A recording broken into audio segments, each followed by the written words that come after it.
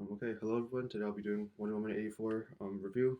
This one is a spoiler review, and I'm recording this right after I did my non-spoiler review, which the link in the description if you don't want to get spoiled by this movie. So yeah, let's just jump right into the spoilers. So yeah, Wonder Woman 84, 1984. I did not like it that much. I thought I would like it a lot more. I tried to like it a lot more. I don't know. I don't like the plot too much. It's okay. The first things first. Like the two villains. You're trying to introduce two villains from ground up. So like the backstory behind the Maxwell Gold, Maxwell Maxwell Lord, um, yeah, fictional supervillain, and Cheetah, which is Kristen Wiig, and Maxwell Lord Pablo Pascal. Like I guess if you didn't watch the trailers, you wouldn't know Maxwell Lord's a villain, but yeah, pretty cool villain, I guess. Yeah, but like in the movies, it doesn't seem that cool to me. It just seems like a crazy mental business guy, which you compare to like some other images, doesn't seem as kind of as much like that. But I don't know. And Kristen Wiig, Cheetah, which I guess it follows like some themes and like the backstory introduced in comics that Wonder Woman or people at least familiar with like the Justice League might know a bit more. Yeah, I've watched the Cheetah in like a few like animated stuff, but yeah, this one the backstory was I guess done fine, but and overall I was pretty underwhelmed by the villain. Like I anticipate this movie's to set the main villain is Maxwell and is trying to set up a future like conflict like I don't know Justice Lords, um, Legion of Doom. I don't know which one Cheetah's in, but I think this movie's meant to set it up for a future film involving the Cheetah. So I think she maybe had a more of a side role towards like the climax in the end because the climactic fight, quote unquote fight, happens like outside of the government satellite place with Wonder Woman and Cheetah. And I something I did not like was her CGI and her makeup and whatnot. It just kind of felt a bit more awkward. Didn't seem like a cheetah. Like I guess I was used to like the golden fur of like the animated cheetah, but now it's like I don't know.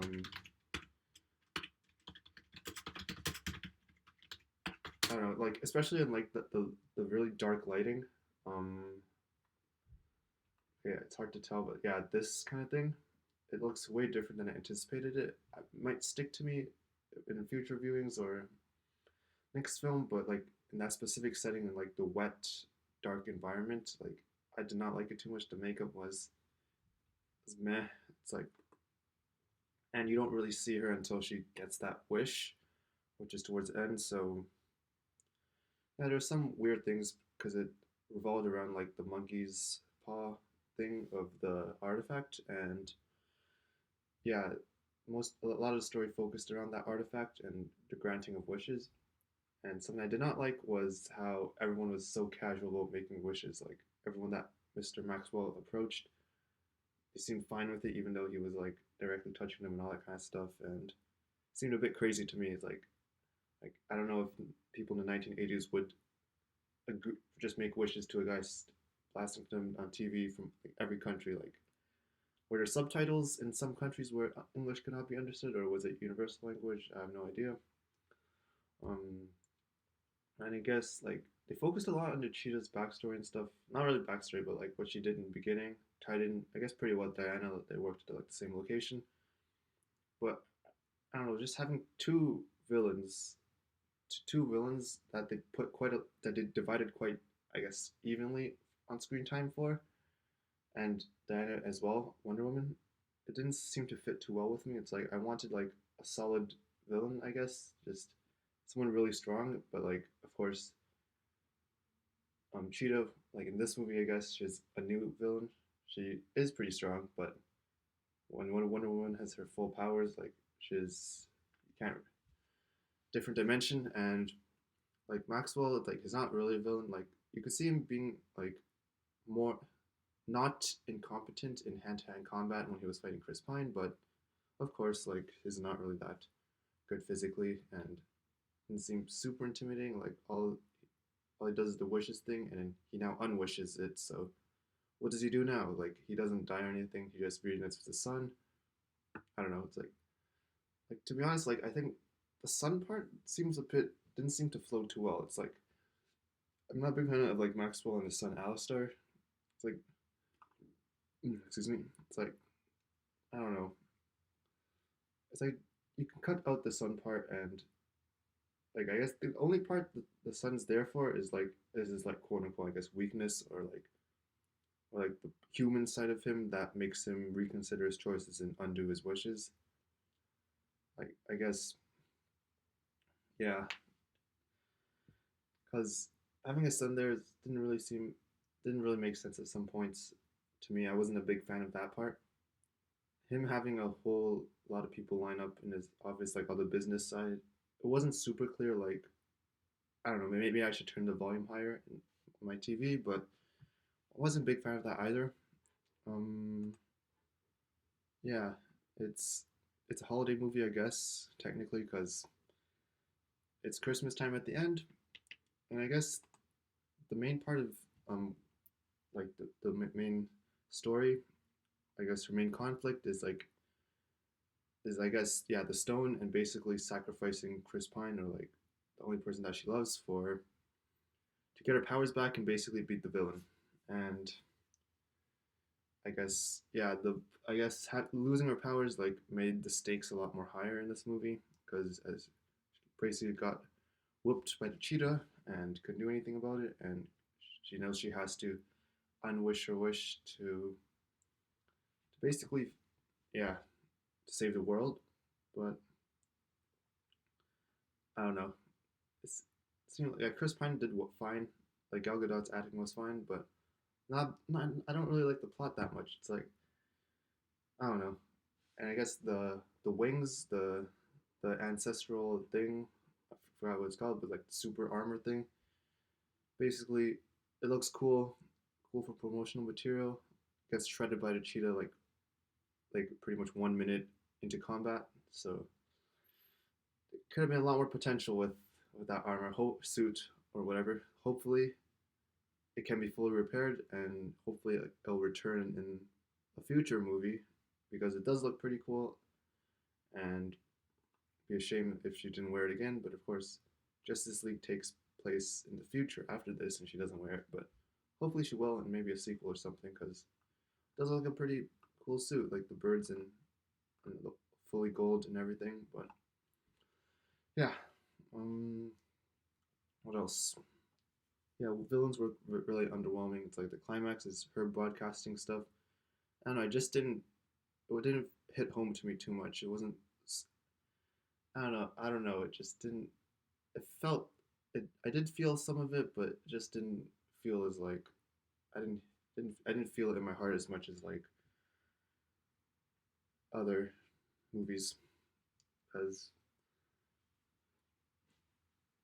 I don't know. It just seemed pretty awkward. It's like Maxwell Lord was just saying a bunch of random stuff, and then she's just recording herself, message of hope, and telling everyone to unwish their wishes. Which, of course, yeah, of course, some people probably wouldn't, but most people did well, seeing how everything turned out. And I'm not really a big fan of like how unwishing is so easy. Like you just wish for it, but you have to touch the stone, and you just straight up say you unwish for it. Like, do you need perfect intention, or can you be forced to unwish? No idea. Maybe part of the plot and the consequences of this will follow up in the next movie. And yeah, Cheetah got two wishes. Like some people might think that's confusing, but I think it makes sense. Like Maxwell can only grant one wish, and the Rock can only grant one wish. So the Rock granted Kirsten Wiggs, or I forgot her name, but Cheetah's wish for superpowers, and then the second part, um, she asked Maxwell Lord to give her like an apex predator, turn her basically into a cheetah, and I think she unwished the cheetah part, but her superpowers are still there, basically Wonder Woman level superpowers, and yeah, yeah, I'm pretty sure we'll see her in the next in a future DC film, but hopefully it'll be better than this one because yeah, I think this one okay, this movie is not that trash. It's like I liked a lot of parts. I liked how she got really motivated. Like after she unwished, she like basically you could see her get her powers back. You could get kind of hyped, I guess. It's like she could actually fly, like how she did in like the like basic comics and animated series. She finally knows how to fly now, which is super super cool. Makes her a lot more powerful, of course. And you could see like flat her and Chris Pine's relationship grow, even though it's only for a short period of time. You can actually like understand what she's going through and the emotions and why she doesn't want to give him up, I guess. But yeah, it's like it's pretty nice. Yeah, there weren't enough action scenes for sure, but didn't really need too much, I guess, in terms. But I would have liked a lot more. Mm, the acting was fine. I think like I don't know. I wouldn't. I don't mind the acting. It's fine. There's nothing extraordinary or nothing that bad about it. What part of else in the plot? Yeah, the beginning part of the plot. Yeah, it's throws back to her old days, and I guess how people told her that you can't really cheat or take shortcuts. When she kind of, when basically I guess half an hour later, she basically took a shortcut to get Chris Pine back, and how everyone took shortcuts to get their wishes. I guess that theme was emphasized, and I guess it was a solid introduction, I guess, in Themyscira. Pretty cool. Don't really doesn't really make anything bad or anything. Just a good introduction. On the post credit scene, you get like the original Wonder Woman, whatever, still there in the universe. Credits, credits, credits. The original Wonder Woman. Oops. Credits. Oh, I guess there's no images online so far, but yeah, it's like some older lady. Yeah, that one. Post credit scene. That was fine. Only I guess people that watch older things might understand. Um, what else? Mm, I don't know. Like it's not that bad, but I expected a lot more, so that's why it seems a lot more worse than it should have been. Still better than a lot of other DC films, I guess, such as you don't really have named names, but just the price. Not a big fan of the price, of course. 30 Canadian dollars. Like it's just like most movies these days that you have the rent or need a subscription to something else. Not a big fan of that, but I guess it's kind of the era we're in right now. Mm, yeah, I guess that's it. So I guess that's my full review of Wonder Woman 84. How did you like it? In the comments below. Thanks for watching. See you next time.